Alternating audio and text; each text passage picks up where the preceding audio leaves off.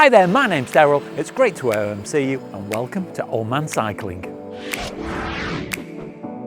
The goal in today's video is to break my 30-mile distance limit. Now, so far in my road to recovery, I've been averaging about 20 to 20 miles distance in my rides, so it's not too much more to just creep over into the 30s. I think it's very doable. I've had a good breakfast and I've also got a gel pack to have halfway round just to make sure I'm keeping my energy up, and hopefully it shouldn't prove too difficult because I've got the motor assist as well, just to help in any tricky spots. So come on, let's get cracking.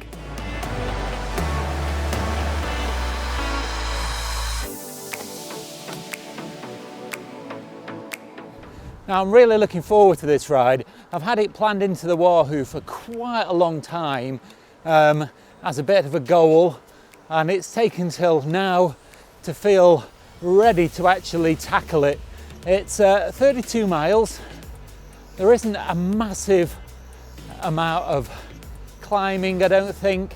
It's going to be a fairly pleasant ride. So what I'm going to do is I'm just going to take my time. I've got the e-bike set on level 1 assistance, and really I'm just going to try and enjoy the ride. It's not going to be a real slog. Just want to have a good time.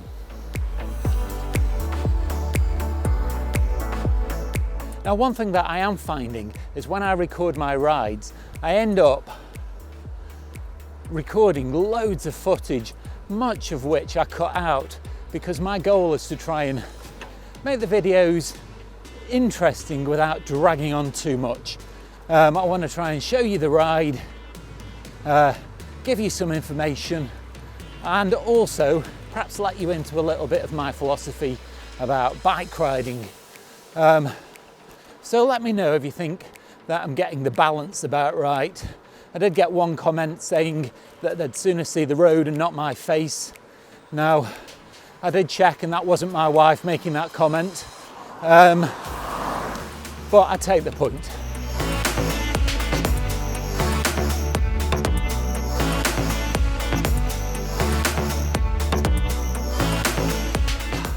Now, I've just been stung by a bee. I'm pretty sure it was a bee because it left its stinger in my neck that I had to pull out.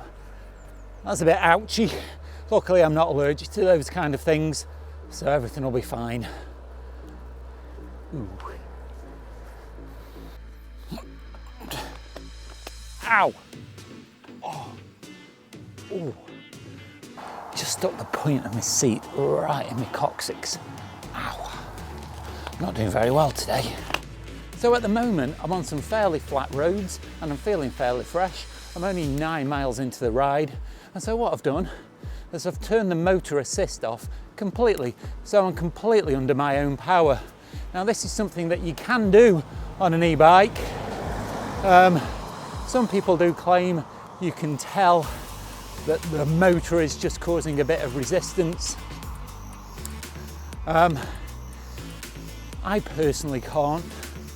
I don't know whether it's something about this bike or whether because I'm just not very experienced in riding lots of different kinds of bikes, but I don't find there's a feeling of drag at all when you turn off the motor assist. You just have to use the gears a little bit more, but that's the same as you would on a normal road bike.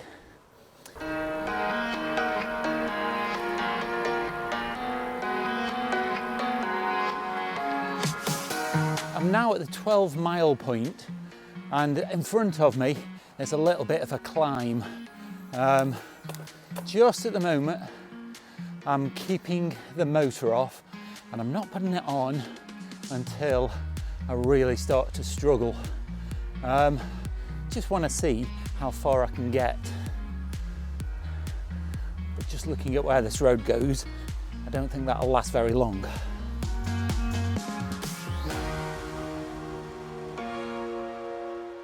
So still no motor assist,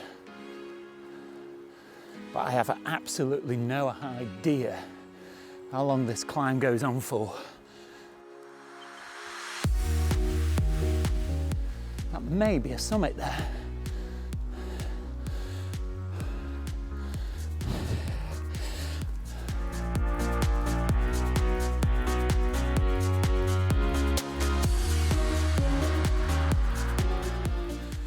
Oh, that was the summit. This is a gravel bike, and so the lowest gear is really quite generous. That's why I was able to get up that hill without the motor assist. Now, I'm not quite sure what the ratios are, that is how many teeth it's got. I'll have a check and I'll put it on the screen. But it is an 11-speed rear cog, and it's a 1x front cog, so there's only a single cog on the front. Just makes everything a lot simpler mechanically and to ride as well.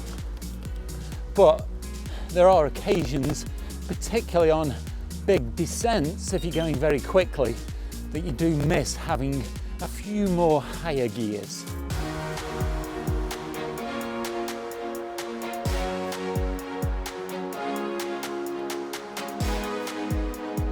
So at this point I was about halfway through the ride and decided to take an energy gel, but for some reason my microphone wasn't working. Now, energy gels are probably one of the most efficient forms of nutrition to fuel your body when you're cycling. It's better to take them before you feel you really need them to make sure that you maintain your energy. Now, you should take energy gels every 45 to 60 minutes of cycling, but the amount might vary depending on your metabolism, body fluids and nutrition intake before you start the ride, and the intensity and duration of the ride as well. Energy gels are carbohydrates in their simplest form, which quickly get absorbed into the body, leading to an immediate energy boost. Now, you have to listen to your body because it takes a bit of trial and error to know your body's capacity, but don't wait too long, and before you start feeling hungry, rip open a sachet and drink plenty of water.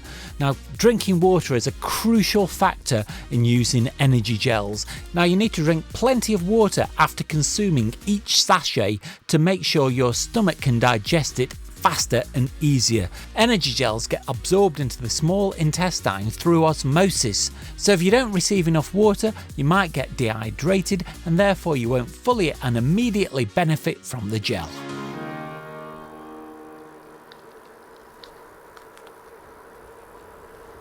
So it's now about 10 minutes since I refueled with the gel, and I do definitely think I can tell a difference. Just coming out of the town before I'd taken the gel, I could feel a lot more burn in my legs. And yes, I have had a little bit of a rest while I was taking the gel, and then we had a little bit of a rain shower. So perhaps was stationary for about 5 minutes, so that might have made a difference, but I do genuinely feel like I've got more energy now to carry on with the rest of the ride. I'm still not using the motor assist, and I'm going to keep that off as long as I can, just to see how far I can go. But we're now into mile 17, so there's about 15 miles left, and because I'm in Cheshire, it's going to be reasonably flat for most of the way. So I'll see how far I get.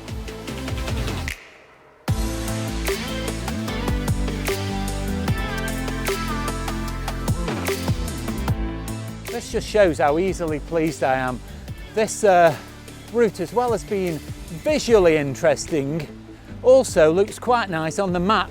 When I planned it, I wanted to get out to the other side of Macclesfield and then come back on completely different routes. And so it does a double figure of 8. So I'll put the map on the screen now to show you what I mean. But I've just done the first cross of where I've already been about 3 miles ago, actually, now looking at the Wahoo. But all the way back, I'm using different roads, and I'm not repeating myself, so it keeps it really interesting.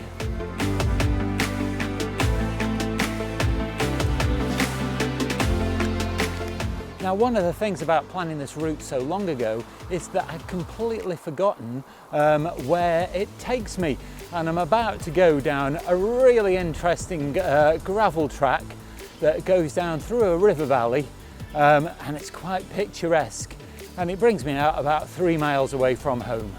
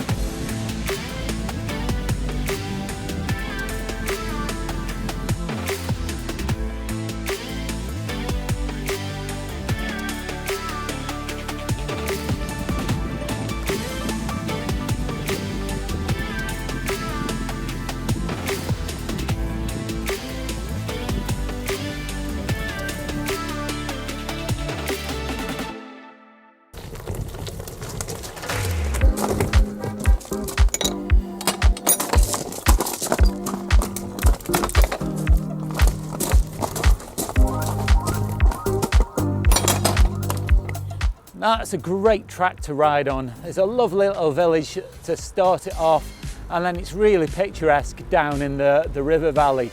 I'm only now about 3 miles away from home, and I still feel really fresh. I haven't put the motor on at all for the last 20 miles, and I think that gel really has helped with that. The other day when I did a ride up in the Peak District, it was a lot less distance. It was only 24 miles in total. Now, the first 8 miles was quite challenging because I'd got some climbs to do, but then after that it was downhill for quite a long way and then finishing along a old railway track. But by about mile 18 I was really lacking in energy, and I had to put the motor on full assist just to get me back to the car. I'll just carry on and get myself home, and then I'll check in with you there before I finish the video.